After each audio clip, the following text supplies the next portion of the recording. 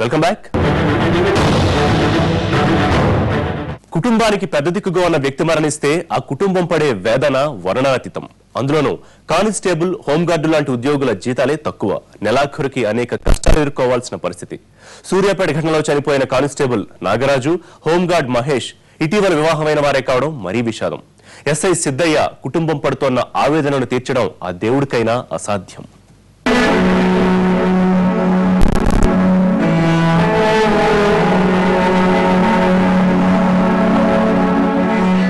కొత్త రకం నేరాలు, విచ్చలవిడిగా విరుచుకుపడే సంఘ విద్రోహ శక్తులు, మావోయిస్టులు, టెర్రరిస్టులు ఇలా రకరకాలైన అరాచక శక్తులను ఎదుర్కోవడంలో పోలీసు ఉద్యోగం అంటేనే కత్తి మీద సాము. ఓవైపు ఉన్నతాధికారుల వేధింపులు, మరోవైపు ఉద్యోగంలో ఉండే సవాళ్లతో కింది స్థాయి పోలీసులు అనుభవిస్తున్న నరకయాతనను వర్ణించడం అసాధ్యం. సూర్యాపేట బస్ స్టేషన్లో కానీ, ఎన్కౌంటర్ స్థలంలో కానీ కింది స్థాయి ఉద్యోగుల ప్రాణాలే బలయ్యాయి. టెర్రరిస్టులను ఎదుర్కోవడంలో కానిస్టేబుళ్లు, హోంగార్డులు చూపించిన ధైర్య సాహసాలు అసామాన్యం. చేయాలి కదా కానీ ఇళ్ళ నుంచి గడ్డ పంపించిన చెప్పలేదు సార్. బాగుంది బాబు, ఏం కాదు, నిన్నటికి పుట్టింది మంచిగా ఉంది. ఎస్ఐ సిద్ధయ్య కుటుంబం అనుభవిస్తోన్న శోకం పగవాడికి కూడా వద్దనుకునేలా ఉంది. టెర్రరిస్టుల కాల్పుల్లో సిద్ధయ్య తీవ్రంగా గాయపడి మృత్యువుతో పోరాడుతుంటే అదే ఆసుపత్రిలో ఆయన భార్య మగ శిశువుకు జన్మనిచ్చింది. భార్యాభర్తలిద్దరూ ఒకే హాస్పిటల్లో పక్కపక్కనే ఆపరేషన్ థియేటర్లలో ఉండడం రెండు భిన్నమైన భావోద్వేగ సందర్భాలు కావడంతో సిద్ధయ్య కుటుంబం గురించి తలుచుకుని పోలీసులే కాకుండా సాధారణ ప్రజలు సైతం కన్నీటి పర్యంతమవుతున్నారు. ప్రార్థిస్తున్నామండి, బాగుండాలని, మాలో ఒక్కరిని రక్షించుకోవాలని, సాహసోపేతంగా వాళ్ళను అది చేసి ధైర్య సాహసాలతో ముందుకెళ్లి వాళ్ళకు ఎదురొడ్డి అంత చేసిండు.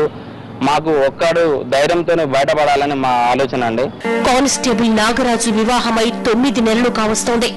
ఇంకా ఎంతో జీవితం ముందున్నా టెర్రరిస్టుల కాల్పుల్లో చనిపోయాడు. ప్రభుత్వం ఇచ్చే ఎక్స్గ్రేషియా ఆ కుటుంబం ఆర్థిక అవసరాలు తీరుస్తుందేమో కానీ వృద్ధాప్యంలో ఉన్న నాగరాజు తల్లిదండ్రులకు అండ ఎవరు?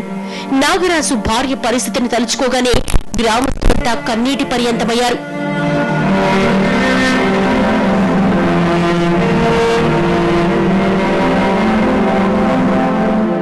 సిద్ధయ్య, నాగరాజే కాదు, ఈ ఘటనలో చనిపోయిన మరో 2 పోలీసుల పరిస్థితి కూడా ఇంతకంటే భిన్నమేమీ కాదు. ఒకే ఒక్క సంఘటనతో 4 కుటుంబాల్లో చీకటి కమ్మేసింది. తీవ్రవాదంపై పాలకులు, అధికారుల తీరు, ఆలోచన ధోరణి మారాలని గతంలో అనేక అనుభవాలు వివరిస్తున్నా వాటి నుంచి పాఠాలు నేర్చుకున్న దాఖలాలు కనిపించడం లేదు.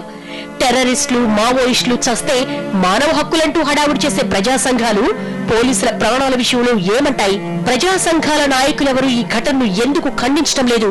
పోలీసులైనంత మాత్రాన వారు మనుషులు కాదా?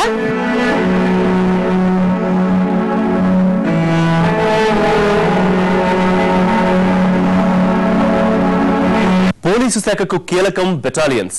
పోలీసు ఉన్నతాధికారులు ఇక్కడే ఉంటారు. బుల్లెట్ ప్రూఫ్ జాకెట్లు ధరించి అత్యాధునిక ఆయుధాలు కలిగి ఉన్న పోలీసులు ఇక్కడ భద్రతా విధులు నిర్వహించాలి. అయితే అలాంటిదేమీ కనిపించట్లేదు. ఎప్పటిలాగే పాతకాలం నాటి ఆయుధాలు, బుల్లెట్ ప్రూఫ్ జాకెట్ లేని పోలీసులే ఇక్కడ దర్శనమిస్తున్నారు. పోలీస్ హెడ్ క్వార్టర్స్ వద్ద పరిస్థితిపై మా ప్రతినిధి రమేష్ వైట్ల మరిన్ని డీటెయిల్స్ అందిస్తారు. 2 ఎన్కౌంటర్లో 3 ప్రాణాలు కోల్పోయారు. అయితే దీనిపై పోలీసులు తీవ్రంగా స్పందించే కాకుండా ప్రతి చోట్ల కూడా నిఘా పెంచారు. దీంతో పాటుగా ఎక్కడికెక్కడ అన్ని ప్రధాన కార్యాలయాలు కావచ్చు, కూడళ్లు కావచ్చు, పోలీసులు చెకింగ్ ముమ్మరం చేశారు. ఇలాంటి వాటి మేము మాట్లాడడానికి ప్రస్తుతానికి మనతోటి చాలా మంది పోలీసు అధికారులకు ఉంటారు, పోలీసు అధికారులకు సంబంధించిన సంఘాలు కూడా మనతో ఉన్నారు. ఇప్పుడు నిన్న మనం చూసినట్లయితే నిన్న జరిగిన సందర్భంలో పోలీసులు ఊహించని రీతిలో 2 సందర్భాల్లో పోలీసులు ఊహించని రీతిలో టెర్రరిస్టులు పోలీసుల పైన కాల్పులు జరిగింది. అయితే ఇలాంటి సందర్భంలో ఏదైతే పోలీసుల మీద అకస్మాత్తుగా కాల్పులు జరిగిన సందర్భంలో అక్కడ తీసుకోవాల్సింది ఏ విధంగా ఉంటుంది, అంతేకాకుండా పోలీసులు తీసుకున్న జాగ్రత్తలా, లేకుంటే దీనికి సంబంధించి ఏమైనా మాన్యువల్ ప్రత్యేకంగా ఉన్నాయా? ఇలాంటి అకస్మాత్తుగా మెరుగుదాడి జరిగినప్పుడు ఫీల్డ్లో అక్కడ పనిచేస్తున్న వారి విచక్షణ, అప్పటికప్పుడు వారు స్పందించే తీరును బట్టి ఫలితాలు ఉంటాయి. మరి నిన్న మన నల్గొండ జిల్లా పోలీసులు అద్భుతంగా స్పందించారని మనం చెప్పుకోవాలి. అంటే ఇప్పుడు చెకింగ్ చేసే టైంలో కావచ్చు, లేకుంటే ఇప్పుడు తెలంగాణ మొత్తంలో కూడా ఎక్కడ పడితే ఎక్కడ పోలీసులు చెకింగ్ జరుగుతుంది. ఈ చెకింగ్ చేసే టైంలో తప్పనిసరిగా బుల్లెట్ జాకెట్స్ ఉండాలని, వెపన్స్ ఉండాలని చెప్పి కొంత మాన్యువల్ ఉంది. కానీ అలాంటి మాన్యువల్ని పాటిస్తున్నారా? మీరు అన్నట్టు స్పెసిఫిక్గా మేము రోడ్డు పాయింట్లో కానీ ఎక్కడైనా చెకింగ్ పాయింట్స్ బేస్ చేసుకొని రోడ్లలో చెక్ పాయింట్ పెట్టినప్పుడు మాత్రం బుల్లెట్ ప్రూఫ్స్ ధరించడం జరుగుతుంది. మరి ఆర్మడ్ ఫోర్స్ని కూడా పక్కన ఉంచుకోవడం జరుగుతుంది. మీరు చెకింగ్ చేసే టైంలో అన్ని చర్యలు రక్షణ చర్యలు తీసుకోవడం జరుగుతుంది. కానీ నిన్న జరిగిన సంఘటన మాత్రము అకస్మాత్తుగా జరిగిన సంఘటన కాబట్టి దీనిలో మరి ఎవరిని తప్పుపట్టలేమని తెలియజేస్తుంది. నిన్న జరిగిన సంఘటనలో నేపథ్యంలో పూర్తిగా అధికారులు ఒక సర్కిల్ కావచ్చు, ఒక ఆర్డర్ కూడా తప్పనిసరిగా ఇవ్వడం జరిగింది. ఎక్కడైతే చెకింగ్ చేసే సమయాలు ఉన్నాయో ఆ సమయాల్లో తప్పనిసరిగా బీపీ జాకెట్స్ వెపన్స్ తప్పనిసరిగా క్యారీ చేయాలి, క్యారీ చేయకుండా ఎక్కడ కూడా చెకింగ్ చేయొద్దని చెప్పి కూడా కొన్ని ఆదేశాలు జారీ చేశారు. Camera person కిషోర్తో